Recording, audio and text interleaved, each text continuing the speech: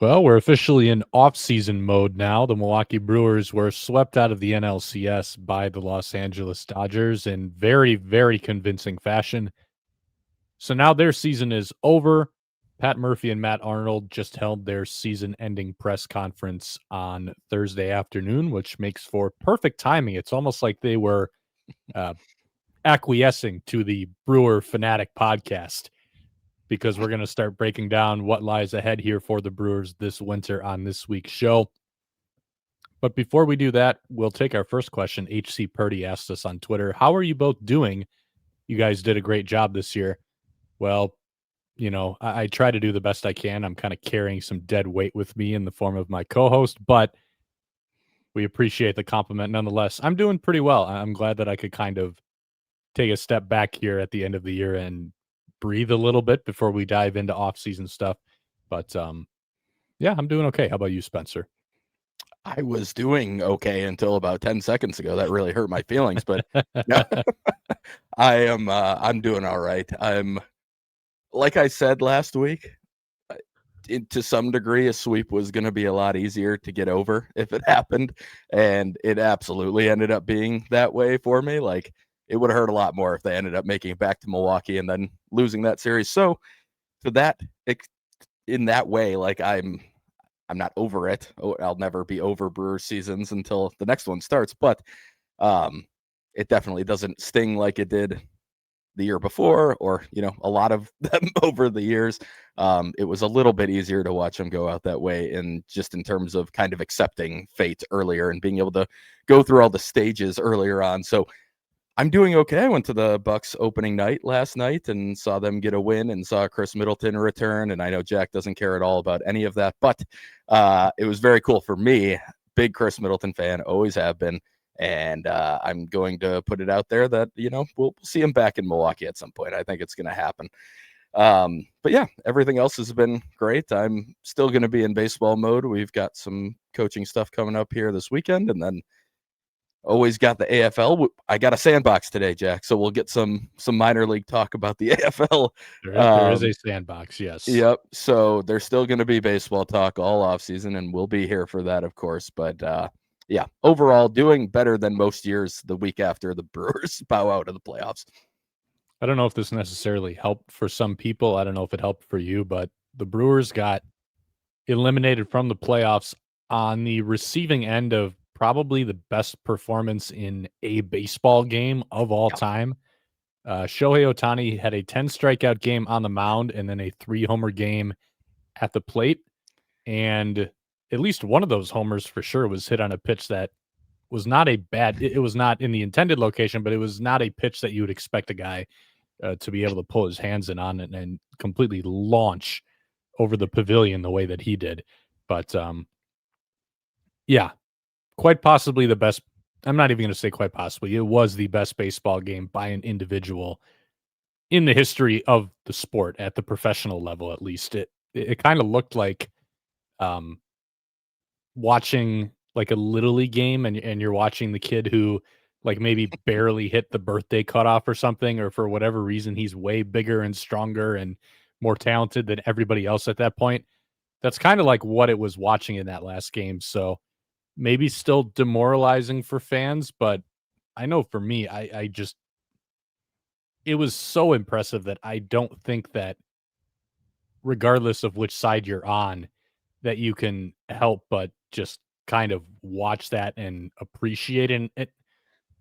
I get it. You might not enjoy it as much if your team is on the receiving end, but if you kind of take a step back and just think about what you're watching, we are almost certainly not going to see something like that for sure in a player who has the ability to do this kind of stuff. And I don't know if Otani's even going to do something like this again. That's how incredible it was. But I guess you can't rule it out at this point, given what he's accomplished at the game's highest level. Yeah, I definitely wouldn't say like I enjoyed it, but it was impossible not to appreciate it and just understand how insane what he was doing and what he has been doing for years now is. The there's one game, and I was looking up the name here to make sure I got it right. Rick Wise in 1971 did throw a no-hitter and hit 2 home runs in the same game. So that one would probably give him a little bit of a run for his money, but that was not for the opportunity to advance to the World Series. So the stakes of the game probably give him a little bit of a nudge above. But yeah, The playing environment was just a little bit different for that one too. Just a yes, little bit. yes, it was. It was. But still, a no-hitter and a 2-homer game that's a pretty incredible game. But either way, yeah, what Shohei does is unbelievable. And I know people get tired of the love, and there are people listening right now who are not happy that we're doing this. But as a baseball fan and as somebody who, and I tweeted this, like I was a 2A in college. I was not a good 2A in college, but I was a 2A in college. And just like the extra amount of work and stuff you had to do just to get through what was a 40-game college season as a 2A, who frankly, at no point in my college career did I actually have a season where I was all in on both the position side and the pitching side. Like it was pretty much a one or the other thing. I just practiced at both for my whole career. And then I would kind of go back and forth each year between what I was doing. And that was a lot. And him doing this for 162 games plus playoffs against the best talent in the world and doing it at a level that I think we've always talked about. Shohei is like, oh yeah, he does both. And it's really impressive. But I think it gets overlooked that like when he was pitching regularly, he was like a legitimate, like, yeah, this guy's going to get Cy Young votes. He wasn't just, oh, he's an MVP hitter and he pitches. It was like, no, he's one of the best pitchers when he's out there. And he's one of the best hitters, if not the best hitter in baseball when he's out there. Like there's just, we won't see it again. People are going to get the opportunity because of Shohei. 2As are going to get chances that they didn't get for a while because nobody really thought anyone could do it. And now I think Shohei has shown that it's possible, but you have to be very, very, very special. And I'm not sure we will even see anyone come close to what he has done in the big leagues. And yeah, it was hard to watch it happen against your team, but taking a Chad Patrick cutter that's off the plate and hitting it out of the stadium, like, come on, man. It sucked. It was really hard to watch in that moment, but it's also like, how is that even possible? Like, you just have to appreciate it. So, yeah, as a baseball fan, it's impossible not to just really, truly be in awe when you watch him play baseball. The Brewers, meanwhile, did not do anything offensively again. Just not a good series for them. They faced very good pitching, but we talked plenty about kind of what we saw in the offense on the last show. I don't think we need to really reiterate a lot of that stuff. So they fell by a final of 5-1. They started Jose Quintana in this game, and unsurprisingly, that did not go great against a very good lineup. I think you kind of got a glimpse of why the Brewers seemed to be holding off as long as they could before starting Jose Quintana in a playoff game, because he's going to be poised for the moment. That's always the perk of having an experienced guy, but the reality is no amount of poise is going to overcome a lack of performance. If you're throwing pitches that just stuff-wise are not good enough, and it's at the point where you need to be absolutely perfect on the edges, no level of veteranness is going to guarantee that you get there. And I mean, that's the thing. Even for his standards, he didn't throw the ball that poorly, but it's a guy who doesn't have good stuff, wasn't perfectly on the edges, and he faced a very good lineup. So he was only able to give the Brewers a few innings. It was less than 3, but he wasn't the reason they lost this game. He wasn't the reason that they were in this position. It was because they didn't hit. If they hit, maybe they could have been in a spot where they could have fit Quintana in there, and it didn't need to necessarily be a must-win game.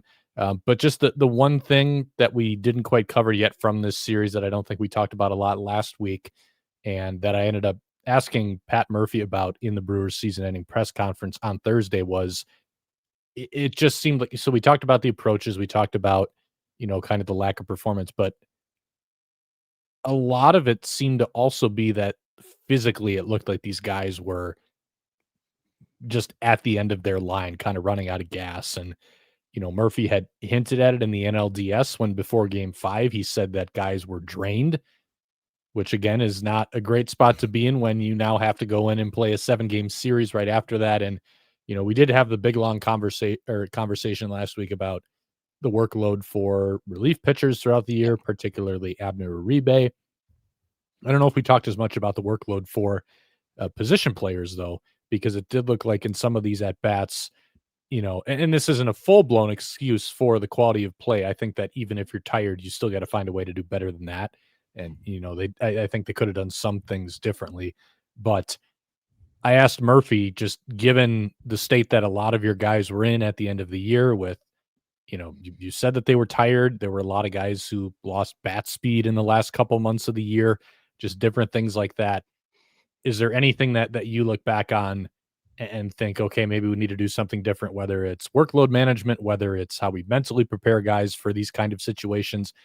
What do you look back at and how do you move forward knowing that you're going to hopefully be in this spot again next year and guys need to be ready to give better than what they gave in this series? And the answer he gave was he seemed to leave the door open to the possibility of, or he acknowledged that maybe the style of baseball they play and the amount of games that these guys played throughout the year with that style of baseball is very draining on them. He just kind of talked about like their very scrappy, grinded out, 100% every pitch mentality. And he brought up guys like Sal Frelick, for example, as someone who maybe just got banged up throughout the course of the year, who was banged up throughout the course of the year. And he was in there still almost every day, plays a very aggressive style of baseball, didn't get a lot of days off, had a really rough postseason, lost bat speed down the stretch, all of these things. He brought him up as an example of kind of acknowledging, yeah, maybe this just really does take a toll on our guys. But then he also said, we don't know that resting them more is going to guarantee better results moving forward. He talked about how he doesn't want to lose the win tonight mentality that they have because he thinks that just hurts them too much in the short term to kind of change the balance of things a little bit. So, he he did seem to entertain most of the debate there in his response, but I think he still landed on, yeah, we're not going to change a whole lot with how we do a lot of this stuff. He talked about like William Contreras too, catching with the finger and all that stuff. He asked the rhetorical question at one point: does William Contreras have a better postseason or a better NLCS if he catches 10 fewer games? We don't know that. No, you don't. But I would imagine that he's probably going to be in a little bit of a better spot where he's got a little more juice left if he catches 10 fewer games. But we'll see how it shakes out. I would not exactly cross any fingers over anything changing with how the workloads go for some guys next year. Maybe I'm wrong, but that's just the sense that I got from his response. I've got a story up on it where you can kind of read what he talked about there, but it is hard to look at this series and yes, there's hindsight involved, but we were also saying throughout the year that we wanted to see more off days for certain guys. And then to see the Brewers run out of steam in the way that they did and kind of abruptly hit a wall. And you could even see it starting in September already a little bit. And they didn't look amazing in the NLDS. They did enough to get by in the NLDS. They played a good tight series and they played clean. But you could tell like they had timely swings, but it wasn't at bat to at bat always amazing. It seems like in spite of that, there's not going to be a huge shift in how they kind of try to get through the regular season. Yeah, it does based on the answers. And it's tough because I get what he's saying. I do. Like, I understand, especially like not wanting to lose the win tonight attitude. I get it. But at the same time, I don't think you have to by playing some of your reserves more often. Like those guys can just have that same attitude when they go out there. The attitude is whoever's on the field goes out and tries to win tonight. And I think we've talked about that a little bit with the relievers, like going to your B or C pen. They just have to have the same mentality. It doesn't need to be the same exact level of talent because if they're playing hard and throughout the course of the regular season, other teams won't always be. That's really all it actually takes. So like I don't know. It's hard. I get it. I wonder if maybe a little more reflection over the offseason will allow him to look at it a little bit differently. Maybe right after the season is a tougher time for him to be able to take it in and kind of really think about what the effect was over the last part of the season and into the playoffs. But it seems like he's aware that it can cause this and that it seems to have caused it. But then to say, but we can't change it, like that's hard for me to fully understand. Like I get it, but I also don't. Like you kind of know that this could happen again if you keep doing the same thing. And yes, he said something in the playoffs that I think some Brewer fans and some other people were upset about in terms of saying, like, I think the regular season is a better test of like, okay, you can do a lot of things really well. You can see a lot of really good things by who is the best at the end of the regular season. But the end goal for everybody's still going to be to win the World Series. And you can do all these things and have a great regular season, and we want them to. But you still have to position yourself to try and win a World Series. And if you are unwilling to change some things to try and find that balance a little better, that's a little hard for me to understand. So I'm going to read. It's a very long, big quote. It was like, I think he was trying to kind of talk about both sides of this here as he was going through it. I'm going to pick out a couple of segments. So talking about Contreras. Do we know for sure that if Contreras caught 10 less games, we would have been better then? No, but it speaks to the fact of how big a grind it is, especially when you play like we play, meaning we have a bunch of guys that are, for lack of a better term, overachievers, guys that play above their physical talent. Is there something about that crushes them after a while? They play so hard. A Durbin, a Terang, a Sal. Is there something that we need to do to protect them? Do we need to schedule the off days differently? It's not a guaranteed recipe there. It's not a magic number. So talking about like acknowledging maybe this does weigh on them in some way, but there's no magic number that you can scale it down to. And then kind of like going toward the end of the quote here when he's talking about all this stuff. I hate to lose that win tonight mentality or show them any signs of not trying to win tonight. I think that hurts your team more, and you could end up sitting at home because you're going to rest guys when they've got a lot of fuel left in the tank. Yeah. So like, again, I understand what he is thinking there, but when he lays it out there, he talks about how, yeah, there's no magic number. But I think we found out that what they did is not a magic number for success either in the playoffs. So you can try to find, there's not going to be an exact number. You can't put it out before the season and say, Sal Frelick starts 135 games. He's going to be perfectly ready to go in the playoffs. Everything will be great. He'll have no problems the entire run, assuming health and everything else. You can't do that. But you can try to find something that works a little bit better and try and find a balance. Like it doesn't have to be a one or the other thing. It doesn't have to be, well, yeah, we don't know that it'll work better if we rest Contreras 10 more games. So what's the point in doing it? I know he didn't use that exact phrasing, but it's kind of what he's implying. Like, we don't know that it'll be better, right? So why not just keep pushing ahead and keep trying the exact same thing? And like, that's the definition of insanity. Like you keep doing the same thing. And I know it's a couple seasons sample. It's not like we're talking about a over and over and over type of thing, but yeah, I struggle with that logic. I don't really agree with it. I think, again, I can see where he's coming from, and I don't disagree that you don't want to lose the mentality part of it. But if everyone on your roster doesn't have that mentality to begin with, then what are we doing? Like then you're not at the point where you're actually trying to do what you say you're trying to do. If all 26 guys that are on the roster at every point aren't bought into that, then that's a problem in its own right. And I don't think that's the case. I think everybody is bought in it, or at least this year was bought into that. And if you put Monasterio out there at third or second a couple more games to get Durbin or Terang off of their feet, if you played a Lockridge or a Perkins Collins combo instead of Frelick a little more often, if you played Danny Jansen, who was a solid backup who probably should have played more down the stretch after being acquired, you can't say for sure they would have been fine. He's right about that. But I would say that it ups the odds of them not being tired. I would say every game of rest they get throughout the regular season ups the odds to some extent that they are going to last longer into the playoffs. So it doesn't need to be an exact science like he's saying. It just needs to be something where really science is mostly experimenting, and that's what he should be doing. Like, I think you need to try different things. And he might. Like I said, we don't know if he's going to come into the regular season with this mentality that he's talking about a week after the season ended.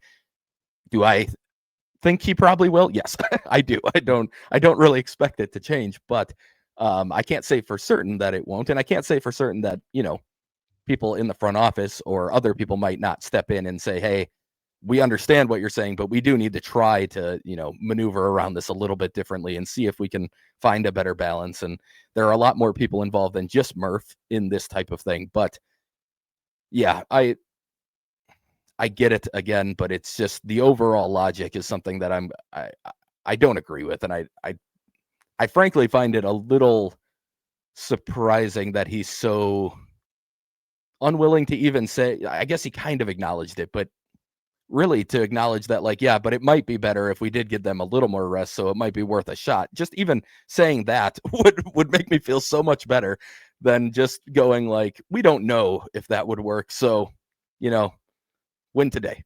Like, I don't know, that part is hard for me to get, but we've talked about that a lot this year. And I guess, yeah, that answer is just a little discouraging for me, because I was hoping maybe this would be a little bit of a, for lack of a better term, a wake-up call for him, in that this works really well for a lot of the season, but it does end up, you have to pay the price at some point. A couple more notes from that wrap-up press conference. Matt Arnold was asked about the possibility of trading Freddie Peralta this winter, and really the big quote from his response was, "To be honest, it's not at the front of my mind." And he went on to talk about how, the Brewers still have to be open to that. They have to make tough decisions because they're always trying to keep an open-ended state of competitiveness. But he did say that Freddie Peralta is a very big part of that clubhouse and that they like having him around, all that kind of stuff. I don't think you can necessarily take that to mean a whole lot, because he said 2 years ago that they were not going to trade Corbin Burns, and they traded Corbin Burns. But Freddie, to me, feels closer to that Willy Adames type in terms of his impact to the Brewers on and off the field is something that is so valuable even beyond just the rate production and the numbers he puts up. And when they've had guys like that, they have seemingly felt that the trade-off of what they would get in return for him might not be worth it. You're doing too much damage in the short term to where the long-term benefit just isn't worth it. The guys that they have traded away, the Hader trade did not go great within that season, but it worked out fine after that. They were completely fine without Corbin Burns. They've been completely fine without Devin Williams. They seem to have a good grasp on which guys, when you factor everything together and kind of figure out what their value is to the organization, and then what you'd be losing versus what you'd be getting back.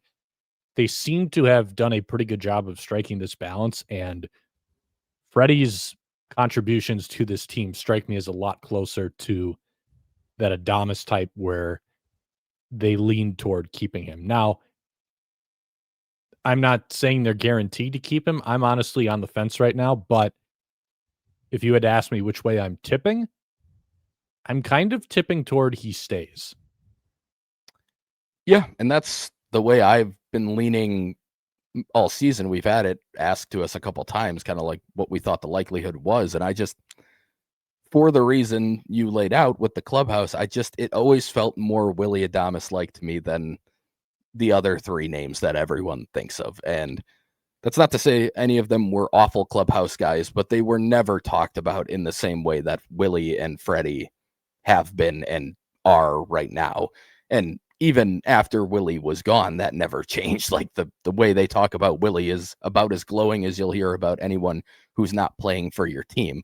And I think Freddie's going to fall into that same category. And I think what it really means is that it's going to take more than what they view as his true value in a trade to move him. Like, they thought they got what they could get for Corbin Burns and Devin Williams, so they made the deal. They thought that was a reasonable deal. They thought they were getting solid value back. They made the deal. I don't think a solid value deal is something that moves Freddie Peralta for them. I think it's something where they have to feel like they're making a deal that's just, it's tipped in their favor by a decent amount, would be my guess. And I think that was the case for Willie too. I think they listened on Willie, but they needed something that was going to very clearly blow them away.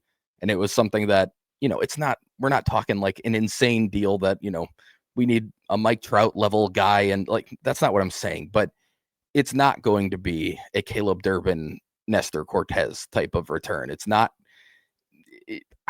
I even struggle to believe that they would take a Corbin Burns level return for him. And part of that is that Freddie actually has had probably a slightly better season going into this winter than Corbin had his last year with the Brewers. And he costs about half of what Corbin cost his final season with the Brewers in arbitration. So I think there actually would be a little bit more value for Freddie out there anyway. Now, he doesn't have the Cy Young pedigree, and it's not, we've talked a lot about the faults in Freddie's game, but I think it would cost a lot. And to me, I don't know that anyone's going to go out and pay that for 1 year of Freddie.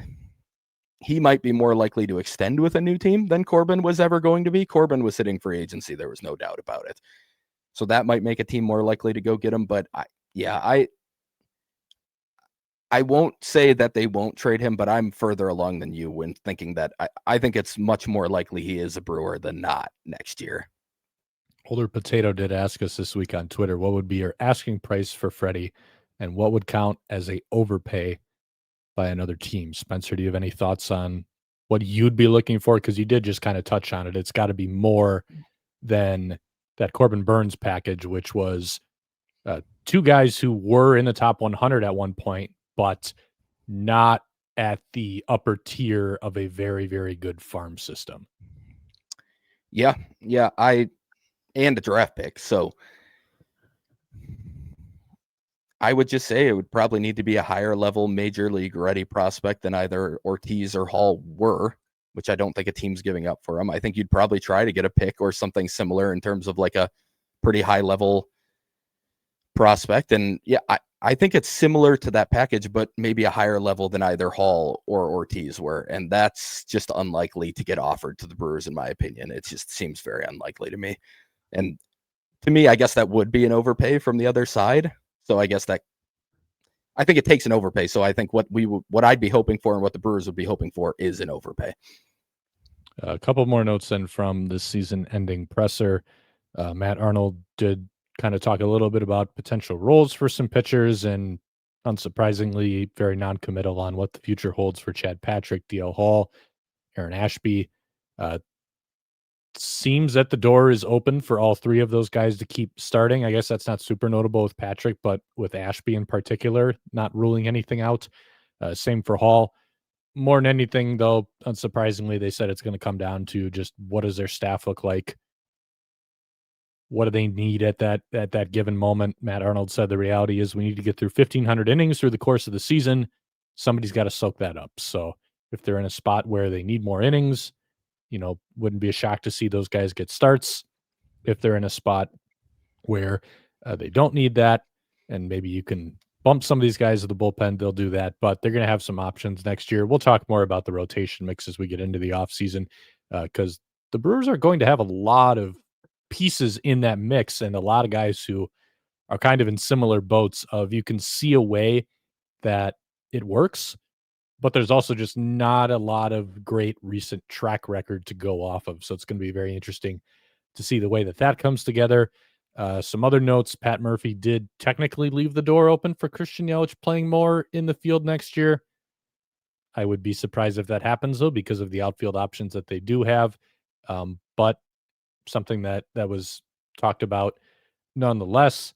And then beyond that, really, it's just some injury updates that we got. So Adam McCalvy reported earlier on Thursday that William Contreras will see a hand specialist next week for a potential correction of his fractured left middle finger. So the Brewers said throughout the year that surgery was not on the table in season because it was always going to have to be a pretty major corrective surgery, and they didn't want him to miss either most or all of the season if he went under the knife for that.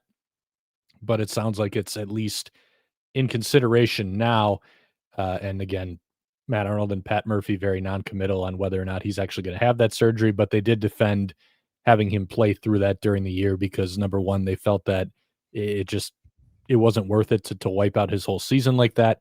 And then number two, they kind of pointed to his production while playing through that. Mhm. Although, again, we've talked about it, it wasn't as consistent this year as it had been the year before. So we'll see what the future holds for him with that middle finger. Caleb Durbin is going to have elbow surgery on October 30th because he was dealing with some issues there late in the season. He's expected to be ready in time for the 2026 season. Sal Frelick had imaging on the left knee that was bothering him throughout the year, but the imaging was, quote, unremarkable. He's expected to have a normal offseason.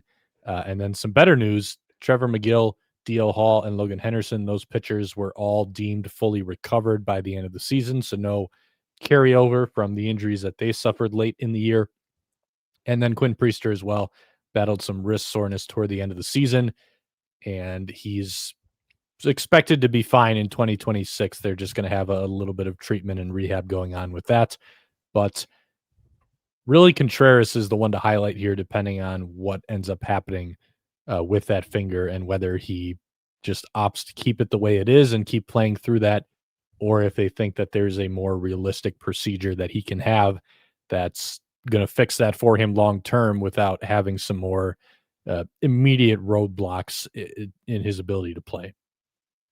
Yeah, if I'm not mistaken, did they say that it would be his decision in the end?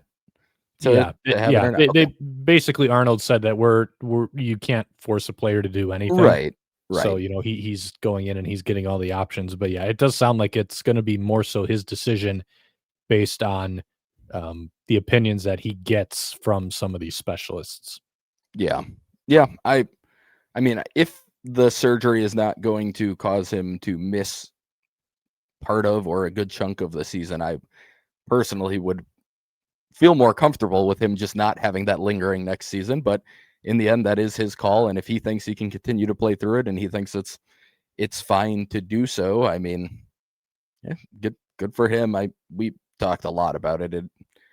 The second half, he was good. I mean, he was good in the second half of the season. He was good in the NLDS, and then he struggled like everybody else did in the NLCS. But it felt like every time a ball got foul tipped into his mitt, and every time he got jammed, like it was just that's a lot of pain to deal with. And it seemed like he obviously fought through it, and I applaud him. And even when we were talking about how he should probably get more rest days, like we talked about how that's a hard thing to do, what he's doing at his position above any other. Like, you are catching every single pitch. You're catching Jacob Mizorowski fastballs that you don't know where they're going sometimes. Like, you're catching 97-mile-per-hour sliders that sometimes back up on him. Sometimes they are like a cutter. Like, it was a lot of work back there, and I give him a ton of credit for it. But I would be leery of going into next season and having the exact same situation happen, because if I'm not mistaken, he came into spring and it was feeling pretty good at that time, right? Like, he had felt like he had kind of rehabbed it through, because it was a problem in 2024. But I believe he had come into the spring and it was feeling decent. Like, it wasn't, I can't imagine it was fully healed, but he was feeling pretty good about it. But at his position, I feel like even if that is the case, it's so likely to just get messed up very quickly again because of what I talked about, because of a foul tip, because all it takes is one, even just a hit by pitch or a really bad jammed shot as a hitter. Like, it'll screw it up again. So I am hoping the surgery happens, assuming it's not like some crazy long recovery, which I just cannot imagine it would be. If it's done soon, something that would carry into anything more than maybe part of spring.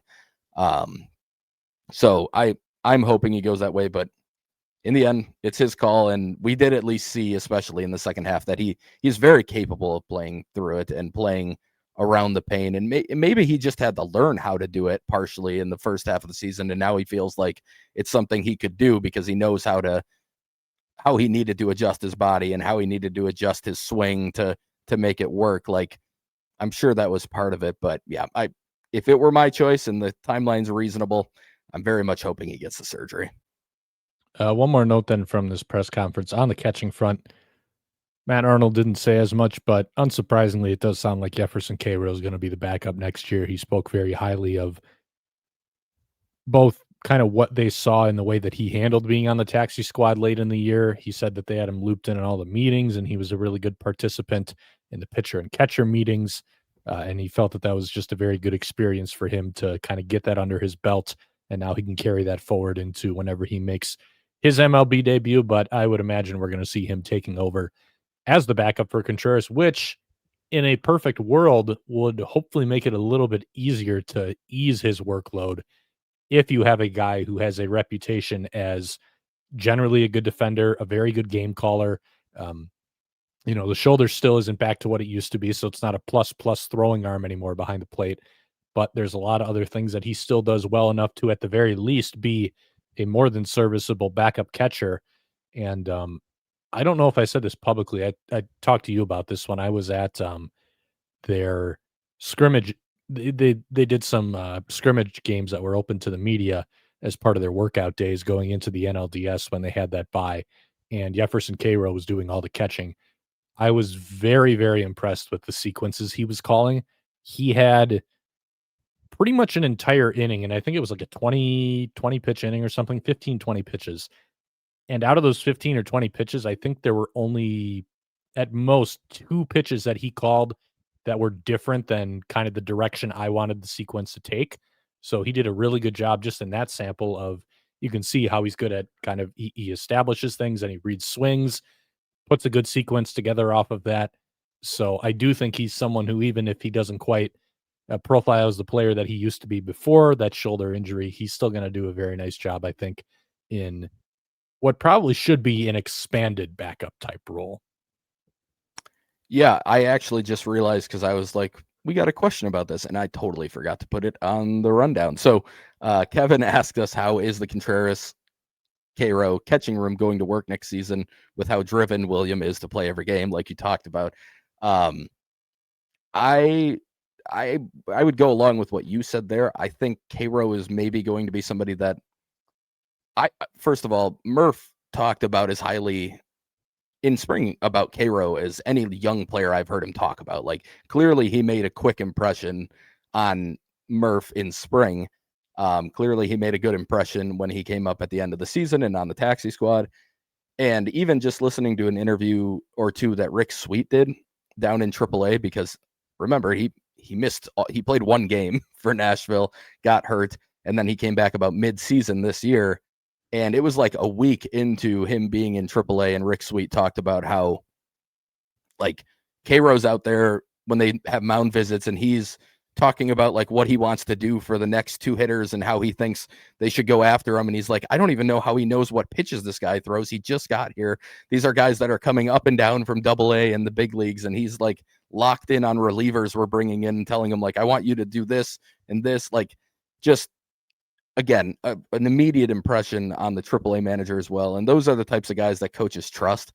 So I'm not saying that, Haas and Jansen didn't deserve to be trusted a little bit more, but I have a feeling Murph is going to like Cairo a lot, and it's going to give him the opportunity to, knowing that he needs to play a little bit too. Like, this is a young player who needs to get opportunities. He can't just be the backup catcher. He needs to be somebody who's getting chances to get on the field and get major league experience.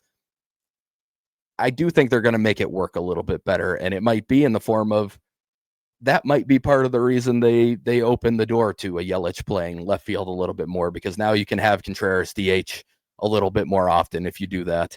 It's more of a regular season thing, of course. I don't think you're going to ever see Yelich play an outfield rep in the playoffs ever again.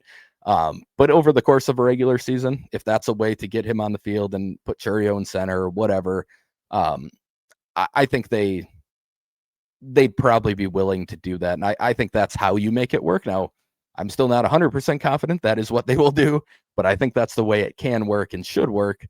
And I just have a feeling they're going to make it work because of what Cairo's going to show the coaching staff in really short time, and already has from the sounds of it. That's really all we got from that season-ending press conference, and to kind of dig into. There have been a couple of moves made as well in recent days leading up to that press conference. The first one is a minor move. Connor Thomas cleared waivers. He elected free agency. Remember the Brewers' Rule 5 pick. He only pitched twice. Then he suffered a series of elbow injuries, had surgery. He's going to be out for most of 2026. He's a free agent now. That'll most likely end his Brewers tenure. Maybe they bring him back on a 2-year minor league deal if they really like him, but he's now on the market. He'll continue his rehab. And then the Brewers claimed left-handed pitcher Sammy Peralta off waivers from the Angels. Kind of a funky low slot lefty who does not throw hard, and the Brewers have had some success with guys like that before. Hobie Milner, Brian Hudson. Peralta's a little bit different, though. He doesn't quite generate the same kind of fastball shapes as those guys did. Honestly, I'm not even 100% sure what he actually throws because I think he has 2 fastballs and I think he has 2 sliders, but I'm not 100% sure on either one of those. So if you look at his season by season on Savant, it says that he was basically exclusively a 4-seam guy until this year and then switched to a sinker and then threw some 4-seamers too. He threw both. But then if you go to like Pitch FX and you look at Brooks Baseball and Baseball Prospectus, I think that they do a much better job of tagging pitch types than StatCast does. And they had him throwing both kinds of fastballs almost every year of his career that he's pitched in front of pitch tracking systems. And honestly, even if you look at the graph of his old 4-seamers, they basically moved like 2-seamers, and the 2-seamer he was throwing this year is very similar to what was purportedly the old 4-seamer he threw according to StatCast. And if you look at both of them in the minor leagues, StatCast is just the movement, the shapes. There's a lot of overlap, and it's kind of all over the place. So I'm just going to assume he has both, and they're going to try to clean up the separation there. And then the breaking ball is interesting too, because that one I'm a lot more confident in saying I do think he's trying to throw 2 different breaking pitches. One is more of like a cuttery kind of slider shape, and then the other one's more of like a sweeping slider shape, but they're both the same velo. They're both like 80 miles an hour. So there's some very funky stuff going on there. It's a deceptive slot. He's got a really good extension. He added a little more extension this year. But he technically throws a bunch of different pitches, but like it's just not very cohesive right now. So I'm very curious to see what they do here and how they can clean this up. Yeah, I mean, honestly, the fact that it's kind of paired with the Connor Thomas move is interesting to me because there are some similarities, I feel like. Like, it's not exactly the same, but it's a softer tossing lefty with a little bit of a funky delivery. And when it came to, well, and on top of that, they mentioned today that, like, Peralta's been stretched out a little bit. He could be a bit of a longer guy. And that's kind of how they talked about a guy like Thomas. Like, I don't think they normally in the offseason, you don't just make 1-for-1 replacement moves like that. But I think it kind of is to an extent. And the other part of this being that Peralta has an option. So he is able to, Adam McCalvy confirmed that the day he was signed that, or that he was claimed that he's going to have a minor league option next season, which is good flexibility for the Brewers to have. But yeah, in terms of the actual stuff, I think it's 2 fastballs, and I definitely think it's 2 breaking balls. But it is interesting, the velo on the breaking balls being so similar. I wonder if, kind of like you said, just everything they're going to be trying to do is just trying to separate all of these pitches just a little bit more. And I don't think it takes that much movement or that much change.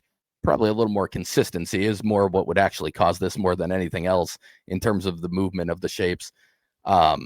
But yeah, it's an interesting pickup. And if he didn't have an option, I probably wouldn't say he has a great chance of surviving even the offseason. Like, it wouldn't shock me if he had no options, if they tried to like push him through waivers again to see if they could keep him in the system that way.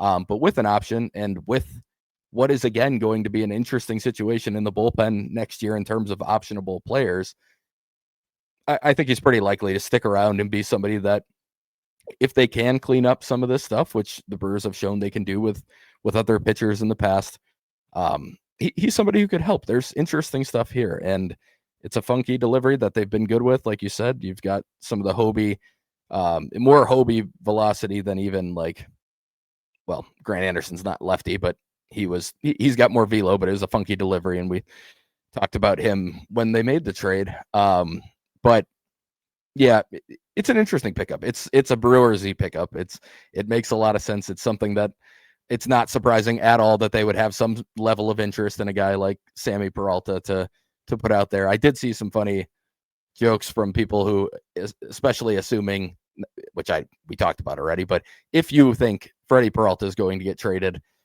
there's the jokes of like, oh, we got to go from Willie to Freddie to Sammy. We're all going to be calling him Willie or like everybody.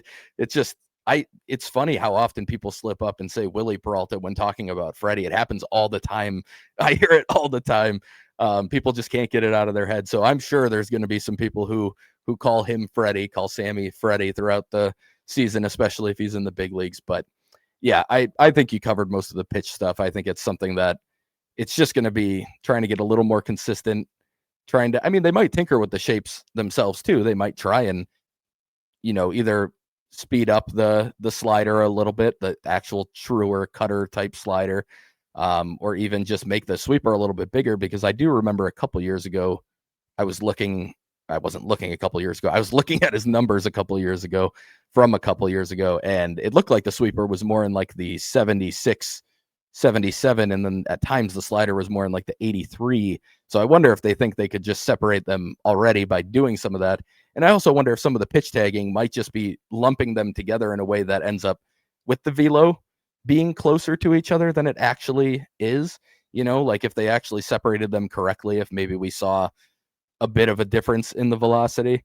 But I do think that's probably something they'll want to do to some degree, because I'm not sure it works super well if they're basically the same velocity. But yeah, it's going to be an interesting one to follow. I'm certain if he is, assuming he's in the organization, Jack, you're going to be all over that one in spring. I'd bet a decent amount of money. Jack will be he'll have a story on Sammy Peralta in spring once he gets the chance. If he's around and I'm down there's going to be a Sammy Peralta story.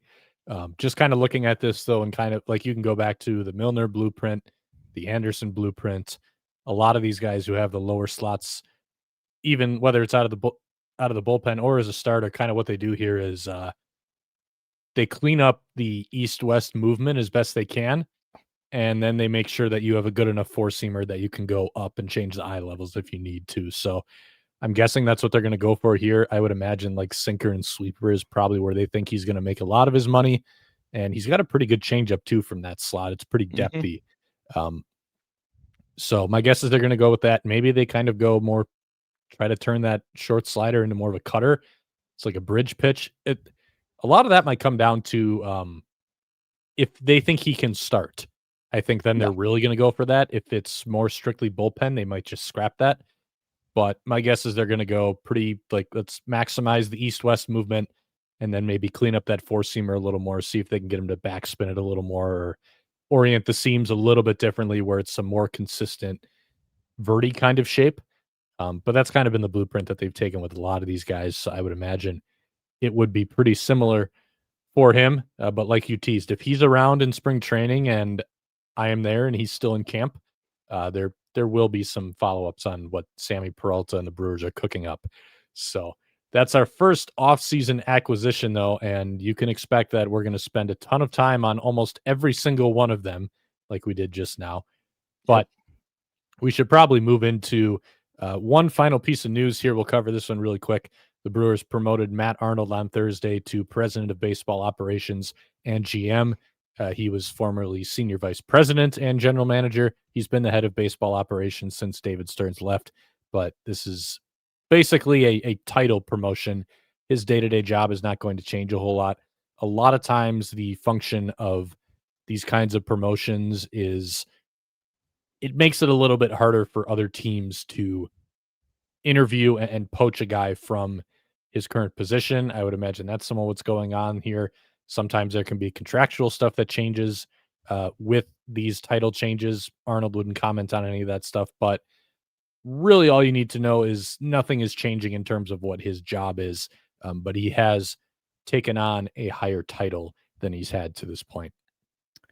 Yeah, the interesting part about this, and I mean, first of all, it's obviously very well deserved. He's probably going to win Executive of the Year for the second year in a row. He's been fantastic since taking over as the head guy for the Brewers. The interesting part to me is one, that he retained the GM title and they didn't promote anyone else internally into that spot. And that might happen later on. But I wondered if not only to keep him from interviewing and potentially being poached, if they were going to bring up one of the assistant GMs or one of the, I mean, even like Tom Flanagan, the farm director who's been doing such a good job. I was curious if there was going to be like a backfill into the GM spot, because that makes it harder for those guys to get poached as well, because then you basically, the rule is you have to interview for a job that has a higher title than you, or you have to get permission. So the Brewers would have to give the other team permission to interview somebody if they're moving laterally, or for some reason if they're moving down in title. But if they're moving up in title, they can choose to go interview without the team's permission if they wanted to do so. So that part is interesting to me, and I'm just curious if there will be a little bit of a domino effect and somebody else gets moved into that GM role at some point, because the Brewers have a lot of very, very good people in this organization. And obviously, if somebody else moves up into that spot, then you might be able to promote a new assistant GM. You can keep kind of moving down the line, giving people promotions when you do these things. So it doesn't mean that it's not going to happen. I was just wondering if it would when I first saw the news, and then I realized he was retaining both titles. But I also don't know if that gives him like even a higher level of title than just president of baseball operations. I have no idea if that actually is something different, having both of them, and that makes it even harder for somebody to be able to interview him without the permission. Like, I don't know how that works. But I was curious if we were going to see, like, for example, Matt Klein or Matt Klentak which it's all Matts at the top, get that promotion to the true GM spot. And we didn't see that, at least to this point. But if it does happen, I'll just kind of be curious to see who gets just through and through. Everybody kind of backfills that spot, or they could hire somebody externally to take a job like that too, or a new assistant GM while they move someone up. Like, that stuff doesn't matter to most fans, and it probably wouldn't get much attention, but I always find that stuff interesting, because I think that's a really underrated part of what ownership in baseball has to be aware of and cognizant of, and what they need to do, and how the front office needs to operate in order to keep people that you want to keep. And I think it matters a lot. It's just not something that gets a lot of attention. So I'm just curious if something's going to happen with that as we move forward. All right, we should probably pivot to some listener questions. We had a few that we kept on the back burner from last week as well, because we wanted to just cover playoff stuff. So it's going to be a mix of what we got this week and last week. We're going to try to take as many as we can, but because we have so many, we probably won't get to all of them this week. It's a long off season. We'll have plenty of time to talk about all of this stuff as the winter rolls along. We will start with Mason, who asks, this has to feel like the least amount of holes the Brewers front office has had to fill that I can remember. Every position seems to have a proven starter or reasonable starter options already under team control. Is that a fair assessment? I would say probably. I think there's maybe a few positions that I wouldn't say for sure are settled. First base is still an interesting one for me, because it's like, how much do you buy what Bowers did late in the year? How much do you buy that this is the real version of Andrew Vaughn that you got in the second half? Shortstop is interesting too, but not because I think they're going to go out and do anything. I'm just curious if they put a little more pressure on Joey Ortiz this time around with some of the guys that they have coming up through the pipeline, like Cooper Pratt, for example. But I would say for the most part, that is a pretty fair assessment. And even the positions where they don't necessarily have proven guys, like I'm thinking of the rotation too is a big one. That's one where I think they like all of those guys enough, and they have enough of those guys that they're going to feel good about what they have. There's going to be a lot of continuity from this team. Like, we're in a position right now, I think, where the Brewers are having quite a bit less turnover than we're used to. The only times that I can really remember them bringing back almost the same team 21 going into 22, that was almost the exact same team. Yep. But I think this one, there's probably going to be even more carryover because there's really not a lot that they need to do. So, there's a couple bigger dominoes. Do they keep Freddie? And that might have some ripple effects on what else they do. But by and large, this is going to be a very, very quiet offseason, I think. And this may be the first time that I think it's going to be easier for fans to be okay with it being a very, very quiet offseason because I think that they can kind of see the vision here. Yeah, I think there's going to be one very clear position that people won't be thrilled if it's not turned over. And I agree with what you said about it. Shortstop, I don't think they're going to externally find somebody else. I mean, you never know. Maybe there's a 1-year deal out there that they really like somebody that ends up stealing Ortiz's spot in spring.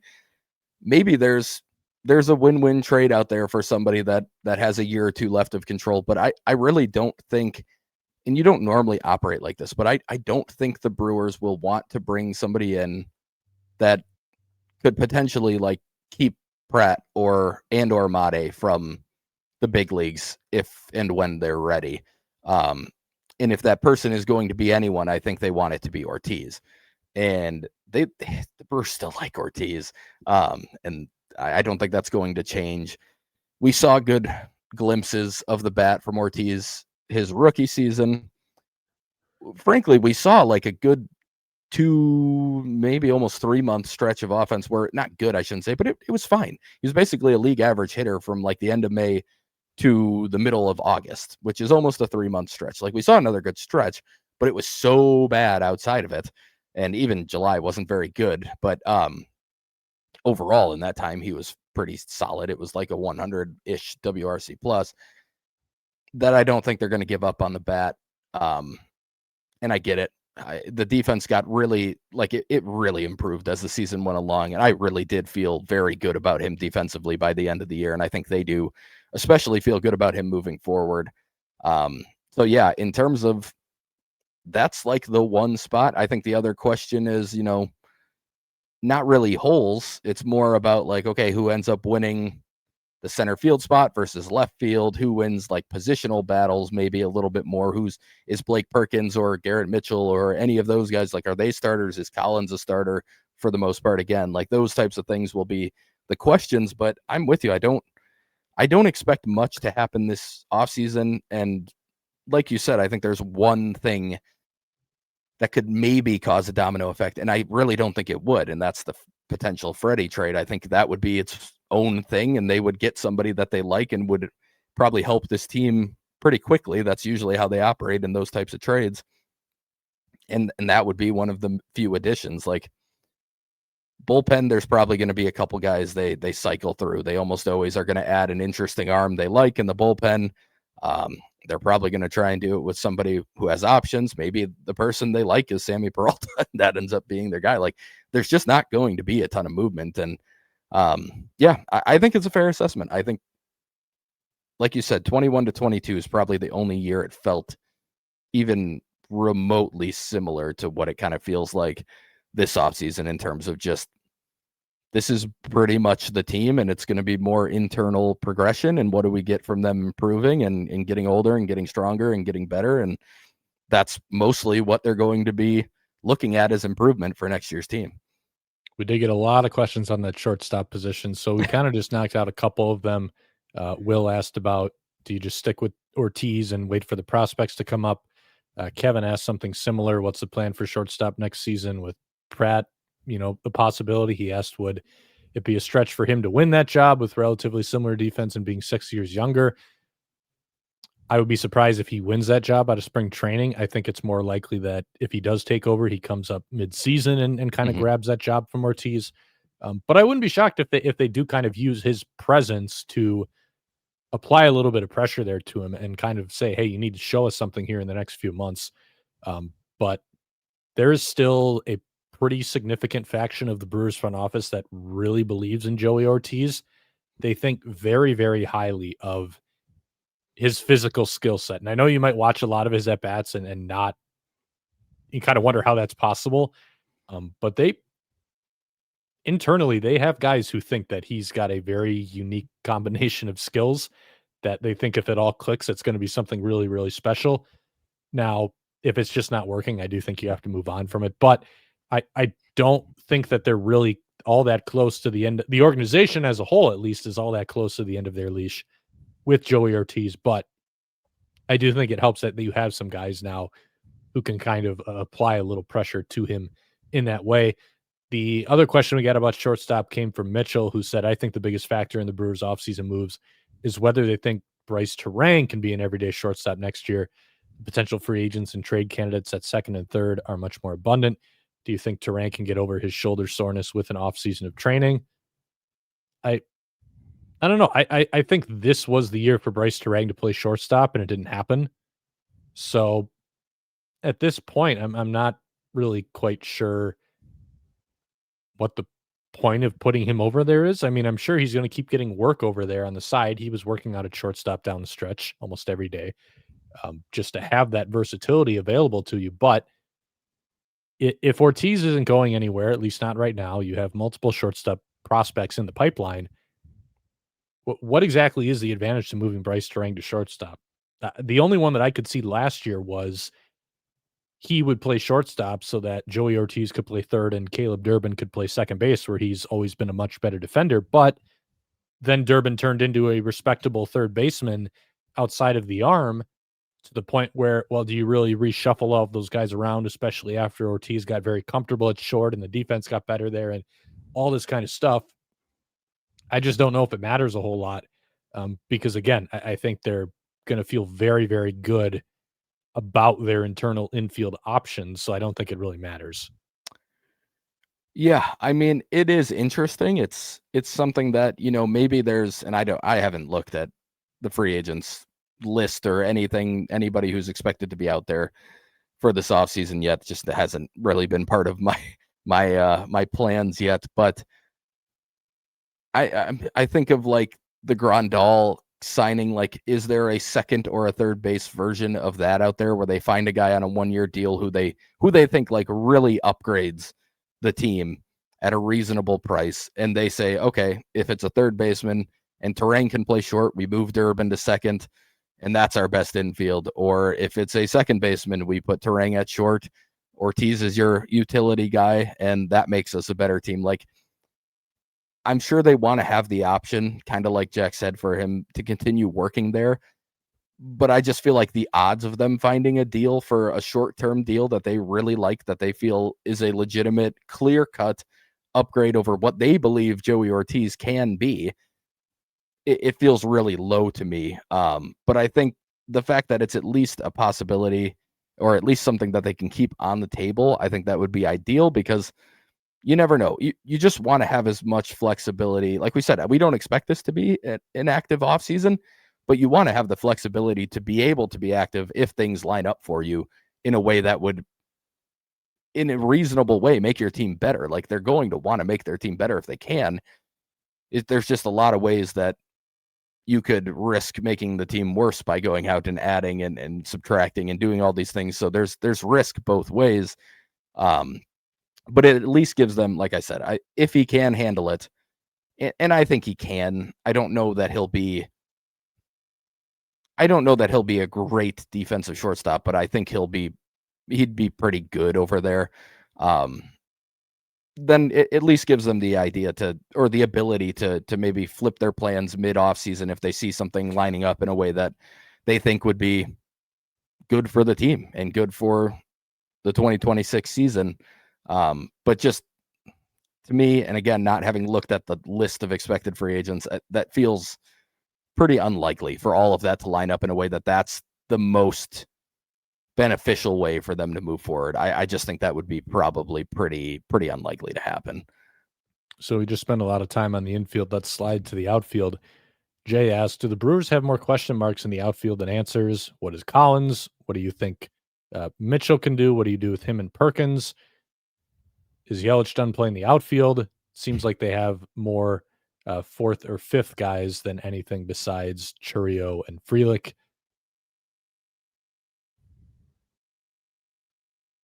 Collins is an interesting one because I still think you could get away with playing him in the outfield on a lot of days and be okay. We talked about it a lot during the season. Basically, what we saw as the overperformance was, like hitting for a 130 OPS plus instead of 100. But if he's hitting for a 100 OPS plus and getting on base a lot and playing good defense in left field, like, now is that the most valuable left fielder in the world? Because left field, even if you're a good defender out there, it's the position that, like, all the versions of WAR usually knock it the most, because they say it's one of the least difficult to play or the least valuable defensively, even if you're good out there. So is he a great player in that regard? No, but can you plug him out there and expect that he's probably going to be like a 2-win player, which is kind of the mark for a guy who can play every day and he's an average everyday guy, maybe fringe average? Yes, I think he's got that in him. So I wouldn't be super concerned there. Would I prefer to start someone out there? Maybe. Mitchell's always the wild card because, again, is he healthy? And then number two, can he actually hit big league pitching? This is a debate that is on year 5 now, and it still hasn't been settled because he's never actually had a prolonged enough sample against big league pitching, a continuous sample, to definitively prove that he can or cannot hit big league pitching. So, because the results have been there sometimes with bad process and like it's all over the place. I would guess though, like, even if it doesn't work out for like Collins or Mitchell or whatever, you can put Christian Yelich back in left field and the bat plays out there. So I don't, maybe the exact shape of tape takes has some questions, but in terms of personnel, I think they have enough guys where I wouldn't be super concerned about like not getting production out of your outfield. Right. Yeah, I mean, you're gonna feel good about Frelick and Churio, like the question said. Um, you have really 4 options to try and fill that third spot, and all 4 of them have shown. Well, obviously, Yelich offensively would probably be the most sure thing and the most likely to perform offensively, but you've seen obviously very, very good defense from Mitchell and Perkins, even in center field, and that's probably where they would be if they're the third outfielder. Churio would be back and left if I were guessing in that scenario. And then if Collins is in left, Churio's in center, and we've seen Collins, especially in the first half, play a fantastic defensive left field, and then, like you said, probably a league average-ish hitter. It'll work out. I'm not super worried about it. Even like, I'm not going to say I expect much from Brandon Lockridge, but he definitely grew on me more than I expected after the trade. Like, I was pretty hard on that trade in terms of saying, like, I don't see anything. Like, when he went to AAA for the Brewers, he actually improved a lot of the things I talked about him struggling with, even at the AAA level with the Padres. The ball was hit a little bit harder. He was starting to show a little bit more like actual power into the gaps, and the speed will play, and he can do a lot of good things. So if they can get him to even be, remotely close to 90 WRC plus type of guy, he'll play great defense and run the bases extremely well. That's like your 7th or 7th guy out of all these. Like, they'll make it work. It might take, like it did this year, it took a little bit of time to figure out what the best options were, and it might take another Garrett Mitchell injury, which, it's just, like, unfortunately seems to be something you have to assume at this point, because he is entering arbitration with, not even remotely close to a season's worth of at-bats under his belt in the big leagues, which is an insane thing to have happen. But yeah, I just think it'll work out. They've got 7 options, and I'll even throw out Luis Lara as a guy that, if all of those fail, I think he starts in AAA next year, and he's very similar to like a Blake Perkins type. He's for my money the best defensive outfielder I've seen in the minors at any point for the Brewers. Like, he is an unbelievable defensive center fielder. He's a switch hitter. He started hitting the ball a little bit harder this year. Like, there's a lot of Perkins similarities there with him. So, like, that's your 8th guy. And you can find other, like, I'm just not very concerned about it. It'll work itself out. But like I said, it might take until May to figure out what the best way to put these guys out there and what the best lineup is in terms of the outfielders, because you have so many options. But that's okay. It'll get figured out. Nick asked us last week, of the regulars who are expected to return next year, who are you expecting to be the quantum leap players, and who are your biggest regression candidates. So how about we each start with quantum leap, and then we'll each go regression. So this probably isn't what he was trying to get at, but I'm riding the Easton McGee breakout train next year. When he said regulars, I don't think that's who he had in mind, but I think Easton McGee is going to be a very, very good middle reliever for them next year who can hack it in leverage every once in a while, kind of like what Hobie Milner did a couple years ago, then what Grant Anderson did this year. And like my track record at predictions is not always all that rosy, but I've been pretty good with the breakout relievers. So Yeah. I had Hobie a few years ago. I had Grant Anderson this year. Like, I'm feeling good about Easton McGee. I think he's the next in that line. Like, funky low slot, makes the ball move a bunch of different ways, has the ability to get both ground balls and swings and misses with the 2 fastballs. Like, had a velo bump pitching out of the pen this year. I like Easton McGee's stuff quite a bit, so I think we're going to see a little bit more of him. But if we have to talk about position players, I don't know if does Bryce really qualify anymore, because I think he was technically their leader in WRC plus, but I think he's Yelich had him edged, but yes. I have it up right here. Bryce was 124, Yelich was 121. Oh, okay. So there you go. Very close. Like, it, for all intents and purposes, basically the same. But I don't know if the overall production is going up a whole lot more than that for Bryce, but I think he crosses 20 homers next year. I think the power stuff that he's been working toward, there's some very exciting stuff in there that he can tap into. On the positional side, that may actually be like the closest thing I have to quantum leap. I maybe Churio, if he figures out how to, just be a little bit more disciplined, he's the obvious one too. But otherwise, I think they have a lot of guys who are kind of just playing very even with their talent level right now. Like, I don't think there's an explosion coming from Caleb Durbin. I think that what you saw from him this year is kind of him maxing out his offensive profile and his batted ball profile. I'll talk about sound a little bit. I don't think there's another step coming there. Yelich isn't getting any better. He's on the wrong side of 30. I think Contreras, I don't know that he's going to figure out how to lift the ball more. So out of all the guys who I actually think has a chance to continue getting significantly better on the positional side, it probably is Bryce Terang. Yeah, that's fair. I appreciate you talking about almost every position player that we had on the team. So now I can't. Well, I had to run down the whole list. I am going to go Churio. I would agree Terang would be my other option, and Contreras probably be the other guy that if he does start to elevate the ball, Contreras has an entirely different level, and he's a very, very good player. If he starts hitting the ball in the air with regularity, he's genuinely could be a special player because of how hard he hits the ball. And he could hit almost 40 home runs. Yes, he's capable of doing that. So but I'm not predicting that because I just don't think it's going to happen. I think next year is the Churio, go from a very, very solid young hitter who's doing a good job but has some flaws. He's still going to have some flaws. I think next year is the year. I'll say it right now. I think he starts the All-Star game and gets a decent amount of MVP votes next year. Okay. I think we see that from Churio next year. Like this, just watching him in the minors, both years we've seen him start to adjust as the season has progressed. I think he's finally going to figure out how to come out hot. He's going to come out with a better start, and then things are just going to go from there. And twice he's showed up in the playoffs when the Brewers need him, even battling a pretty rough hamstring injury this year to do so. Yeah, I think he makes the leap. I think the chase is going to start to get figured out as he gets more and more used to the big leagues. I think he's the guy. And yeah, I just to touch on Terang though, the other part of the equation for him is, I think he breaks 20 homers when he's got the power going for a full season. I think he finds the balance between what we saw in the playoffs, which it felt like he was kind of selling out for power a little bit more in the playoffs than he had been, even when things were going really well power-wise.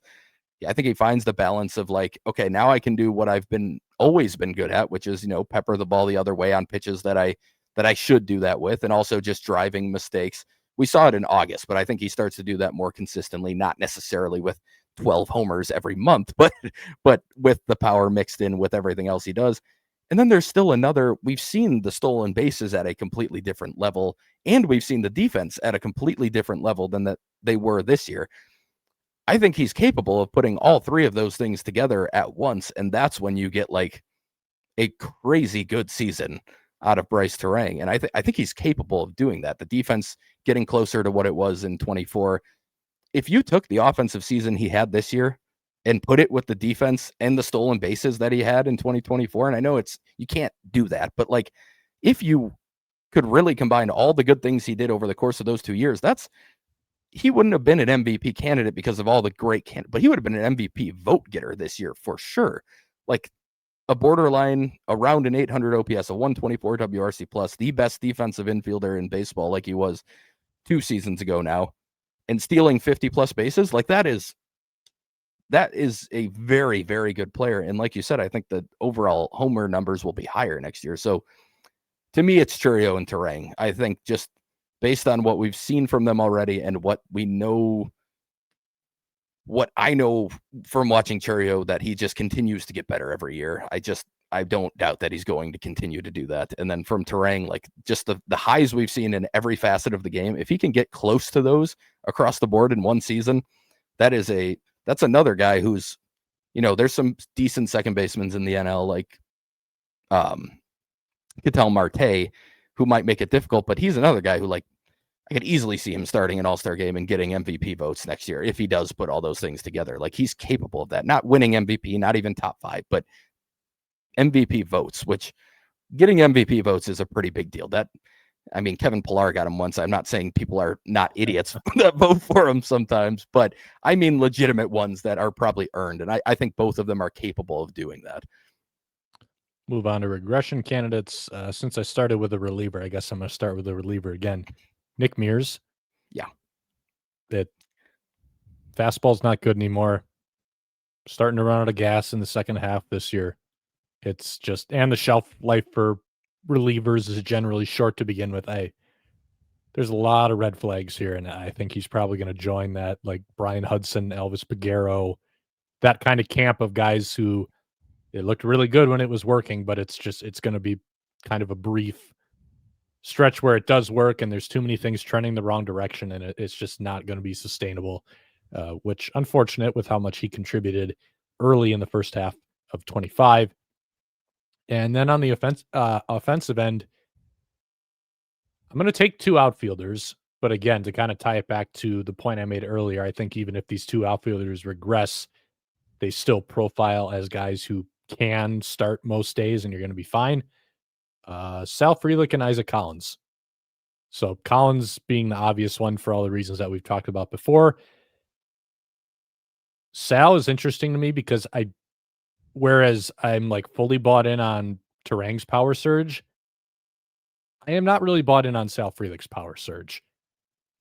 A lot of, like, Bryce Terang, we're talking adding more bat speed than anybody else, adding more hard hit than anybody else, getting the ball in the air, and when he connected, like, very, very legitimate towering home runs. Sal Frelick added a couple ticks of bat speed to his credit, and I think that helped him out a lot. He pulled the ball more too. I think that helped him out a lot. But still a very, very poor hard hit rate, and you can beat that if you air pull really well, but his air pull was like more slightly above average than anything incredible. But if you actually go in and you look at like where a lot of the improvement came for him from 24 to 25, it's pretty much all going from 2 to 12 home runs. Adding 10 home runs, that basically accounts for the entirety of the improvement from an 87 WRC plus to a 114. Because he had a couple extra points of batting average on balls in play, which I think probably comes from pulling it a little bit more, pulling slightly harder ground balls through the hole. But of those 12 home runs he hit, 4 of them were hit under 100 miles an hour, and we're talking like wall scrapers. He hit a couple that were more impressive, but like that's 4 home runs out of 12 where the line between that ball clearing the fence and being an automatic flyout at the track, that is a very, very, very thin line. And I think he could do a lot of things exactly the same and not hit those 4 home runs next year. And those 4 home runs, if they're flyouts instead of homers, I mean, that's got a pretty big swing on his line.